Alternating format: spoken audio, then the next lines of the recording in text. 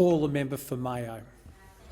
Mr Deputy Speaker, the rule of law is more than simply the government and citizens knowing and obeying the law. The rule of law involves checks and balances on the use of government power, the independence of the judiciary, the presumption of innocence, access to justice and the right to a fair trial. All of these measures restrict the arbitrary exercise of power by government.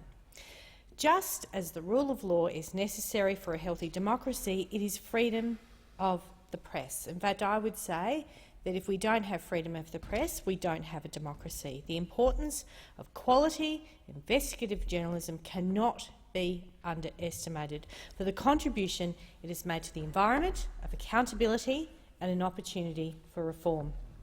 Whether the government has an appetite for reform is another matter. When serious wrongdoing in the form of corruption or a lack of integrity or even an attitude of apathy is uncovered, this must be brought to the public attention after avenues for holding those accountable have failed. But in recent months we have seen what happens when draconian secrecy laws means there are no avenues to expose wrongdoing and the only option is to turn to the media to expose a culture of wrongdoing. The recent ruling with respect to the ABC warrant raid is arguably further evidence of the urgent need for protections for public interest journalism and the whistleblowers more broadly. As Managing Director of the ABC, David Anderson, said this week, this is at odds with our expectation that we live in an open and transparent society. We are not saying journalists should be above the law.